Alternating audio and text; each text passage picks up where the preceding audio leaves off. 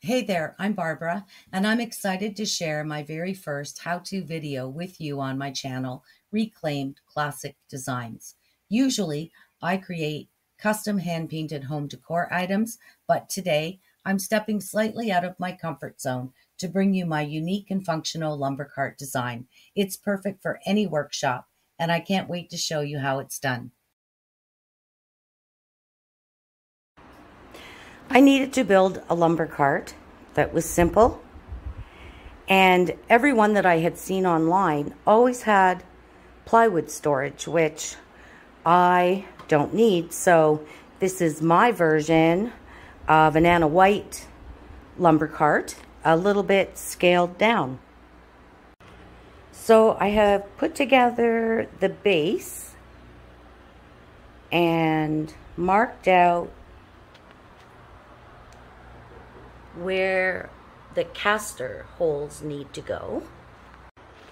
I picked up this package of 4 casters from Amazon.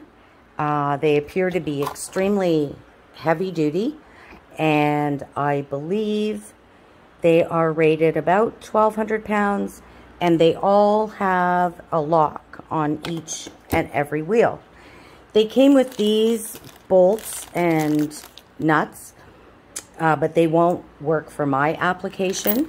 So I went to my local hardware store and I picked up 16 of these 5/16 2-inch lag bolts, as well as the attachment for my drill in order to put them on. So I have pre-drilled all of my holes using a 13th 64th bit. I just wanted to show you how easily they do screw in. And as you notice, I start with doing opposite corners after lining all of my holes up. Just like that. I do love my Milwaukee M12s because they are so light, although they're not maybe the most powerful. So I probably will have to go around and tighten all of my bolts with a wrench. So I am going around hand tightening all of the bolts using a 1/2 inch wrench that looks like this. So I have flipped it over, and I have to say, it rolls around like butter. So smooth. I have pre-built my walls, and I will have all the dimensions in the description below. Now it's time to mark out where my walls are going to be placed on my base. I want my walls to be 12 inches apart, which will accommodate my 12-inch boards in the middle. And I have gone ahead and marked all of my center marks, and then 6 inches over from center, I have marked where my wall plate will line up, and I have done that all the way along so that it should be fairly easy to line up my walls. I decided to put these 2 support pieces on the bottom of the base on either side in the hopes that it will make it easier for me to single-handedly put the walls on and get them fastened down.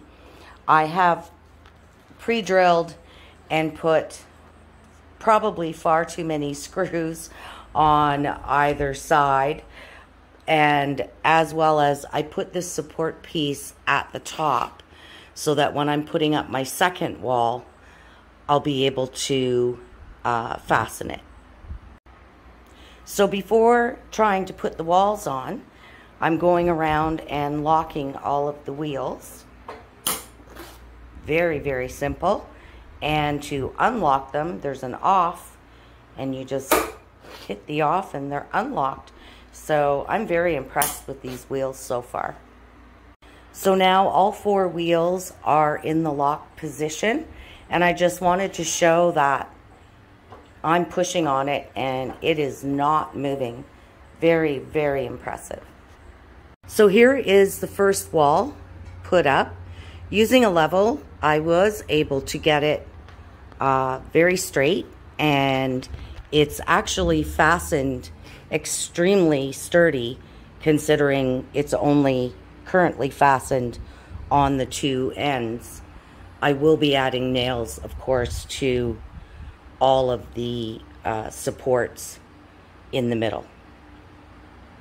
It was also very easy to line it up with all of the marks that I had made all the way across.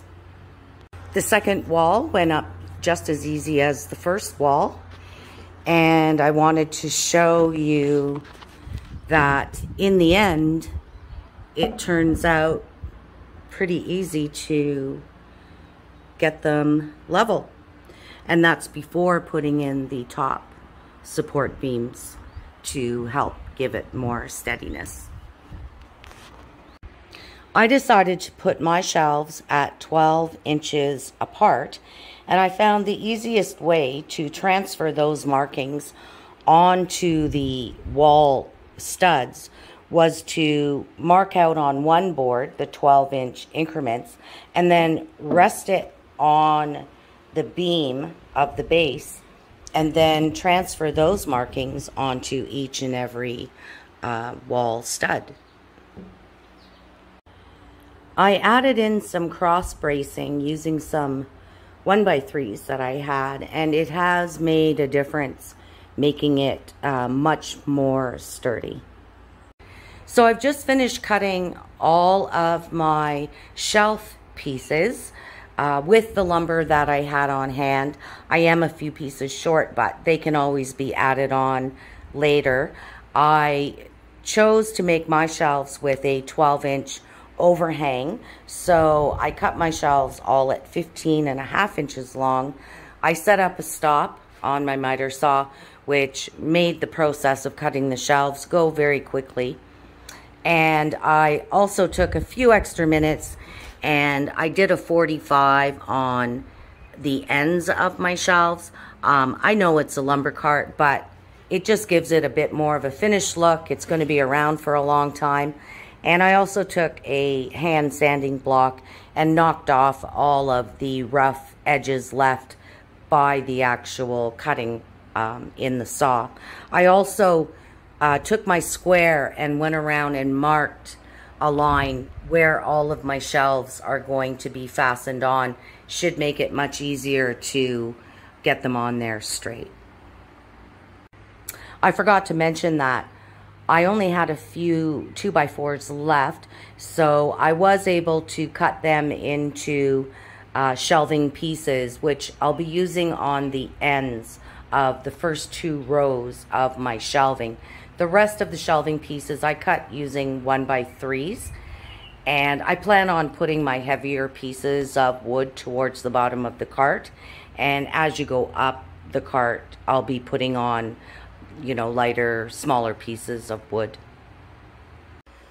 So here it is with the shelves on. There are 8 shelves missing on the top 2 rows, but I can add them in after the next time I'm at the lumber store. Right now I think it has turned out pretty good. It is getting heavy to push, although it still rolls.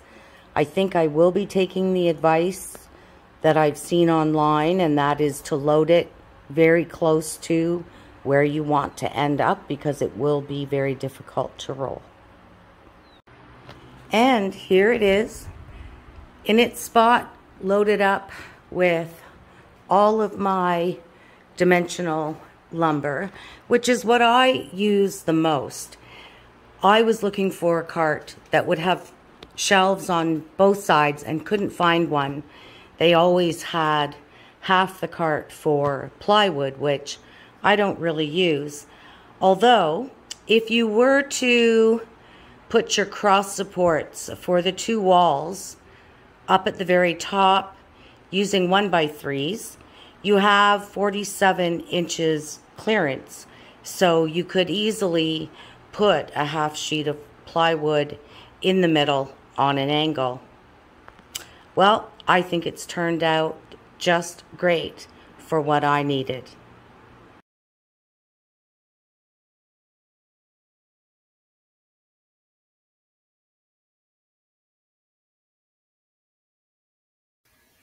I hope you found this build useful for your shop.